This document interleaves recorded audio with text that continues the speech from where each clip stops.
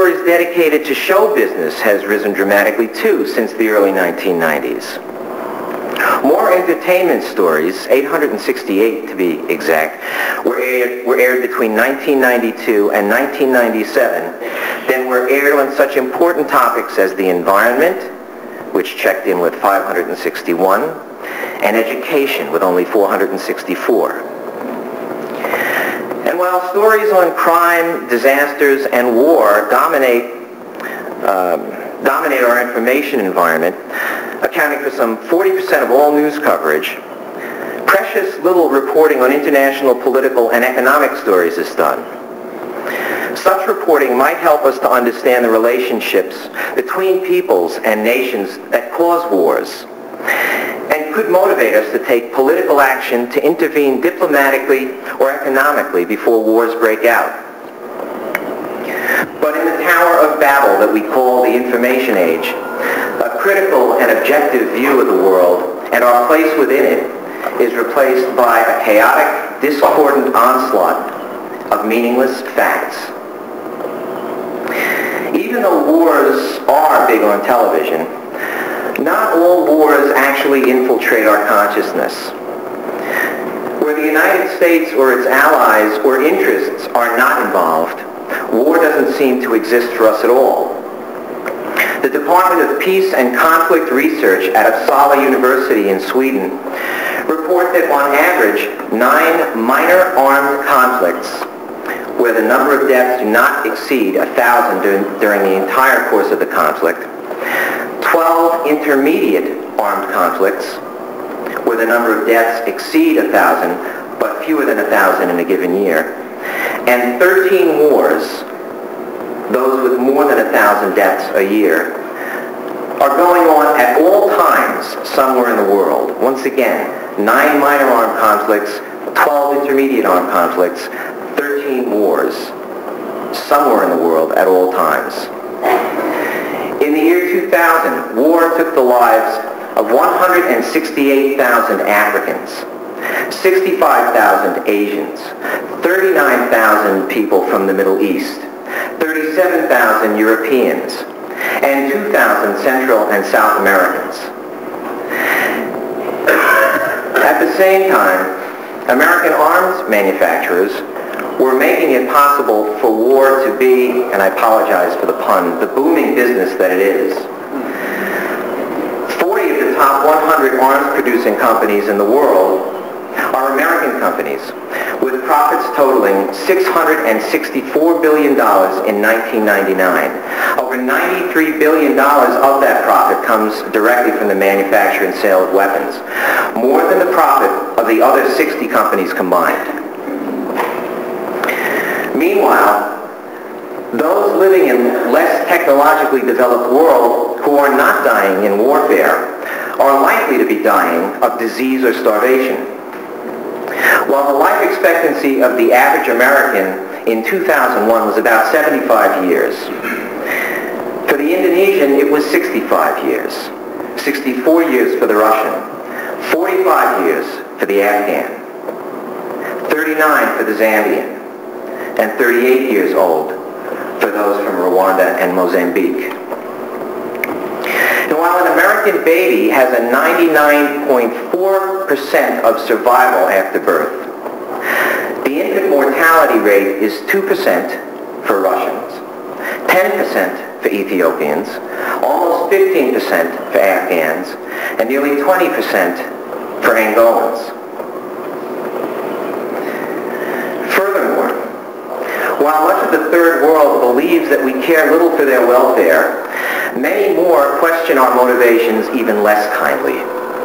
They believe that we are more interested in exploiting their natural resources for our benefit and exploiting them for their cheap labor.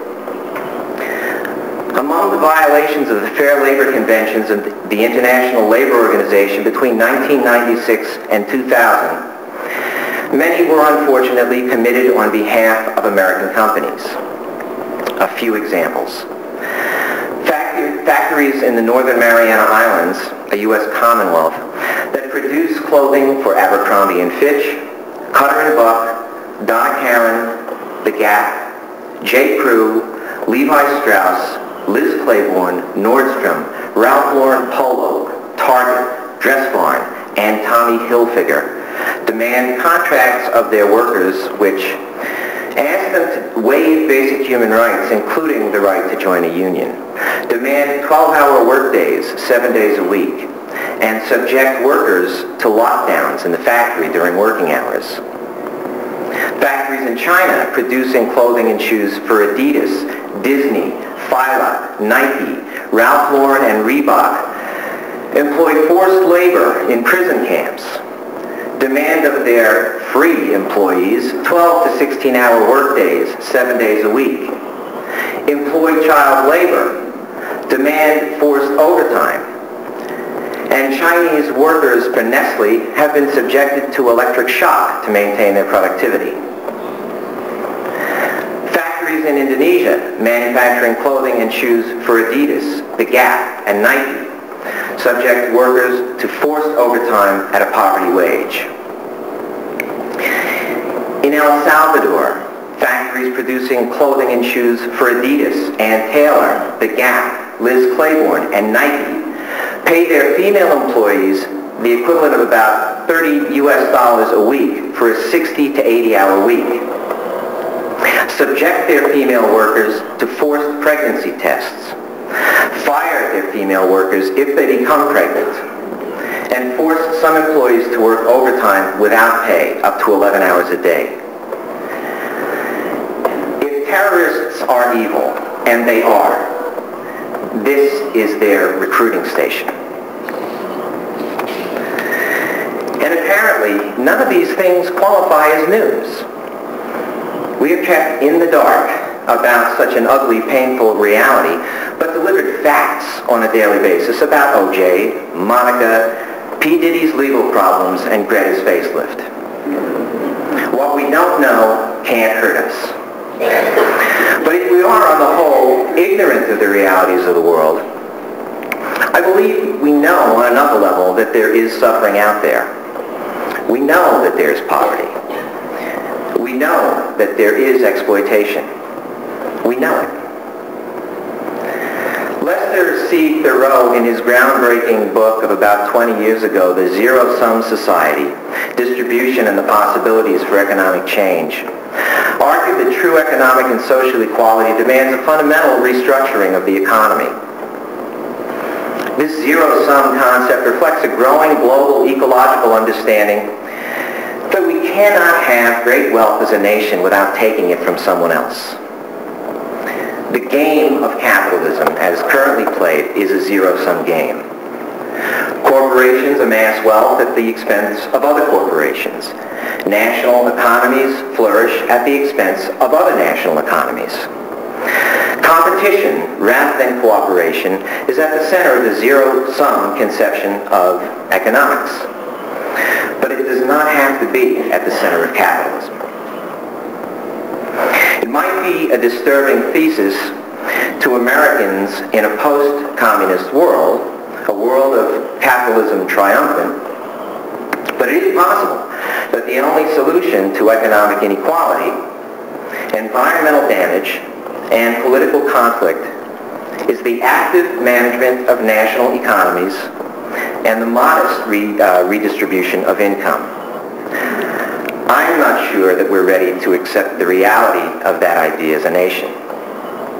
But I do think it's time we stopped keeping it locked up in the dark. To a certain extent, Adam Smith was fooling himself, and we know it. We've known it at least since the time of Marx. Communism is dead, and rightly so, for it denied the essential freedom and dignity of the human person.